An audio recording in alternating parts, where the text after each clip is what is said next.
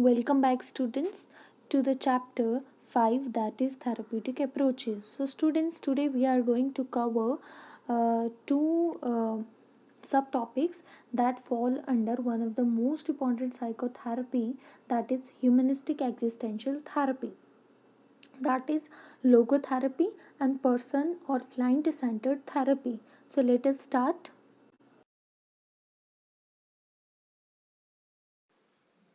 Humanistic existential therapy. So, the humanistic existential approach was introduced in the 1940s in the US. It can be traced to Abraham Maslow as the founding father, but through time has become closely associated with Carl Rogers. So, the therapist emphasizes growth and self actualization rather than curing disease and alleviating disorders. This form of psychotherapy has generated an enormous amount of research and is widely applied in the treatment of emotional disturbances. Rogers developed his theory not from experiential lab research but from his experiences working with clients. So, his therapy suggests that the ability to change and improve personality is centered within the person.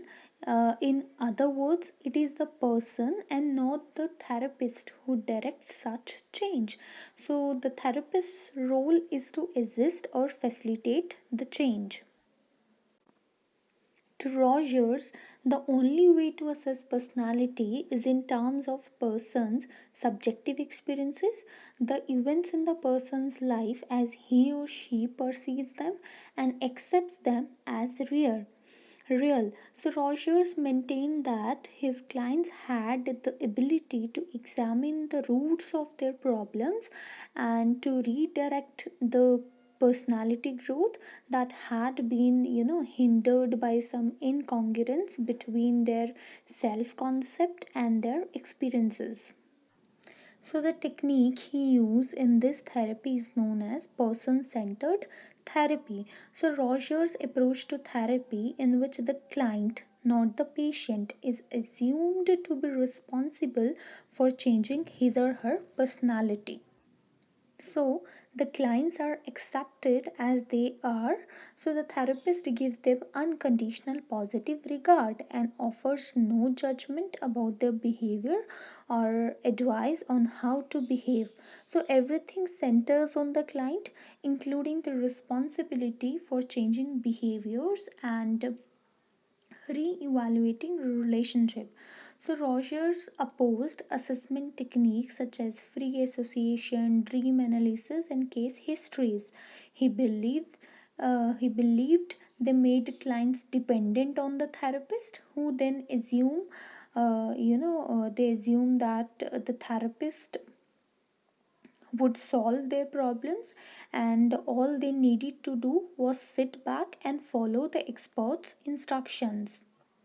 So, gradually, the client initiates the process of self growth through which healing takes place. So, that's all about humanistic existential therapy.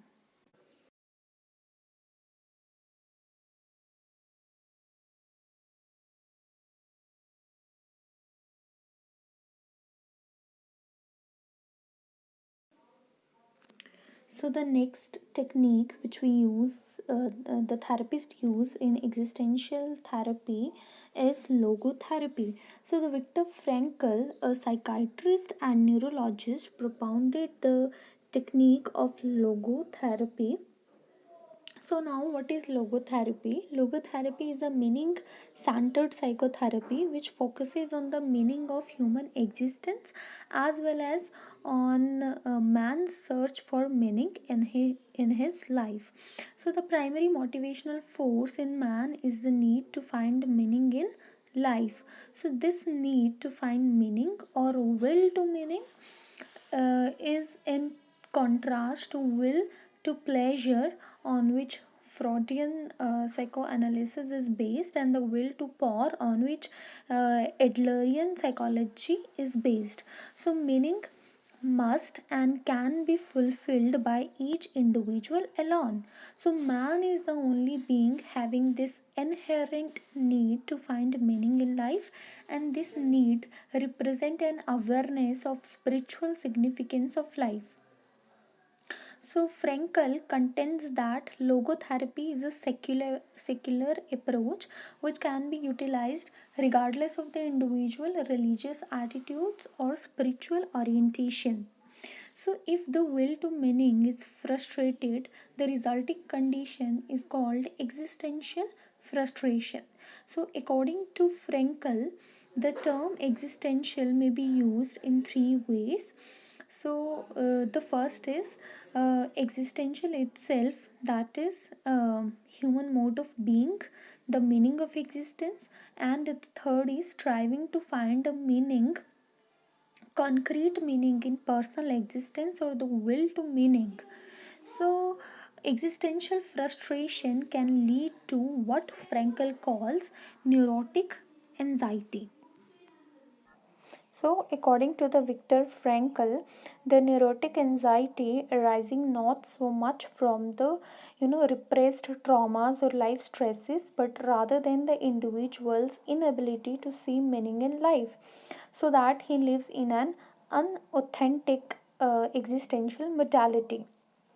So the problem for him is to find the meaning in life and to pass on to an authentic modality of existence. So the purpose of the logotherapy is to assist the individual in finding meaning and purpose in his life. So counselors or therapists familiar with logotherapy may provide guidance or therapy to the individual experiences existential frustration. So, this is all about the logotherapy which comes under existential therapy.